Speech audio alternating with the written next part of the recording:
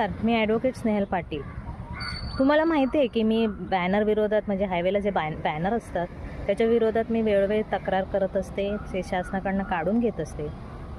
आता मी हे प्रत्येक वेळेला सांगितलं आहे की ह्या बॅनर्समुळे दुर्घटना होऊ शकते. आता तुम्ही हा व्हिडिओ बघा, मग आपण पुढची चर्चा करूया.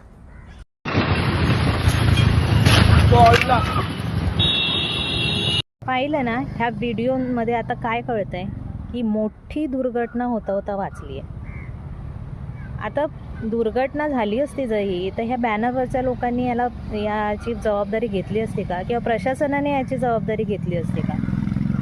आणि माझा मुळात प्रश्नच हा आहे की दुर्घटना होईपर्यंत प्रशासन का वाट पाहत राहतं?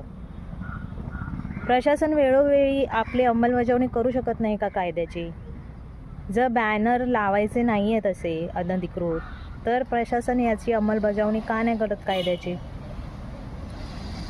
मला लोक बोलतात की सगळ्या पक्षांना ही काही ना काही बोलत असते, कोणाला समर्थन देत नाही. हो ना, मी देत नाही.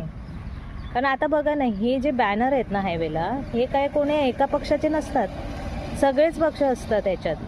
आणि मग यांचे पक्षप्रमुख का नाही कार्यकर्त्यांना हिदायत देत की तुम्ही अशा प्रकारची बॅनरबाजी करू नका, की स्वतःसुद्धा का नाही असं अंमलात आणत? प्रशासन तर झोपलेलंच आहे, किंवा प्रशासन मला वाटतं घाबरतं. तर आता यावर उपाय काय हा मी विचार करत होती. तर कारण काय होतं आहे की मी जे तक्रार करते ते तेवढ्यापुरती ते बॅनर काढले जातात आणि पुन्हा ते बॅनर कोणतरी दुसरा पक्ष येऊन तिथे लावून जातं. मग पुन्हा मला तक्रार द्यावी लागते. मग याच्यावर कायमचा उपाय काय आहे? तर माझ्या काही प्रमुख मागण्या आहेत प्रशासनाकडे. तर आता आपला जो कायदा आहे म्युनिसिपल कॉर्पोरेशनचा, त्याच्यानंतर महाराष्ट्राचा विद्रुपीकरण विरोधात एक कायदा आहे, त्याच्यानंतर हायकोर्टाने या बॅनर्ससाठी वेगवेगळे निर्देशनं दिलेली आहेत, त्याच्यानंतर GR आहेत शासनाचे.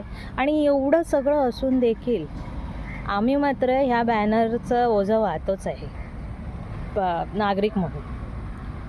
तर माझ्या काय प्रमुख मागण्या आहेत की हे जे काही आपले लॉज आहेत ना, हे तुम्ही काटेकोरपणे अंमलबजावणी करायची. दुसरी गोष्ट, जशी म्हणजे मी तर विचार करते की हा बॅनर म्हणजे एक प्रकारे कचराच आहे आपल्या महाराष्ट्रात, मुंबईत म्हणा. तर जशी कचऱ्याची गाडी रोज येते, रोज कचरा घेऊन जाते, तसंच ह्या बॅनरसाठी पण म्हणजे बॅनर उचलण्यासाठी पण गाडी शासनाने द्यावी. रोज त्या गाडीने फेरी मारावी आणि रोज जे काही हायवेवर बॅनर असतील ते काढून घ्यावेत. त्याने होईल काय? तर दोन्ही गोष्टी होतील. सरकार दंड तर लावणारच आहे, पण जर तुमचा बॅनर 24 तास पण राहणार नसेल एखाद्या ठिकाणी, तर कोण कशाला लावणार आहे ते बॅनर?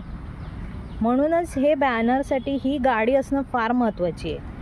आणि तेव्हाच या कायद्याची अंमलबजावणी होऊ शकते. कायदे आहे, सर्व आहे, पण अंमलबजावणी करायची नाही. तर मी असा विचार केला, आता या प्रशासनातले जे अधिकारी आहेत किंवा जे पण नोकरवर्ग आहे, तो कोणाच्या पैशाने पगार घेतो आहे? तर जनतेच्या पैशाने पगार घेतो आहे. मग तुम्ही जर माझ्या टॅक्समधनं पैसे घेत असाल तर तुम्ही माझं काम करणं पण महत्त्वाचं आहे. तुम्ही जर जनतेला त्यांच्या पैशाचं चीज होत नसेल तर जनतेचा रोष असणं साहजिक आहे. मी आता ह्या माझ्या प्रमुख मागण्या आहेत, ज्या मी कमेंटमध्ये किंवा डिस्कशनमध्ये टाकल्या आहेत, त्या प्रमुख मागण्या मी आयुक्तांकडे पोचवणार आहे. संविधान आपोआप मार्गी लागणार नाही आहे. त्यातले जे अधिकार आहेत हे आपल्याला दिलेले आहेत, त्यामुळे आपण त्याची अंमलबजावणी करणं गरजेचं आहे. तर मी सगळ्यांना विनंती करेन, आपण ही जी चळवळ आहे से नो टू बॅनर, ही चळवळ आपण सगळ्यांनी पुढे नेऊया. तुमच्यापैकी कोणालाही मला मदत करावीशी वाटली किंवा माझ्याकडनं मार्गदर्शन घ्यावं असं वाटलं तर तुम्ही नक्की मला कॉन्टॅक्ट करा. माझा ईमेल ID मी डिस्क्रिप्शनमध्ये दिलेला आहे. तुम्ही माझ्याशी थेट संपर्क करू शकता ईमेल IDतून. जय हिंद, जय महाराष्ट्र, जय भारत.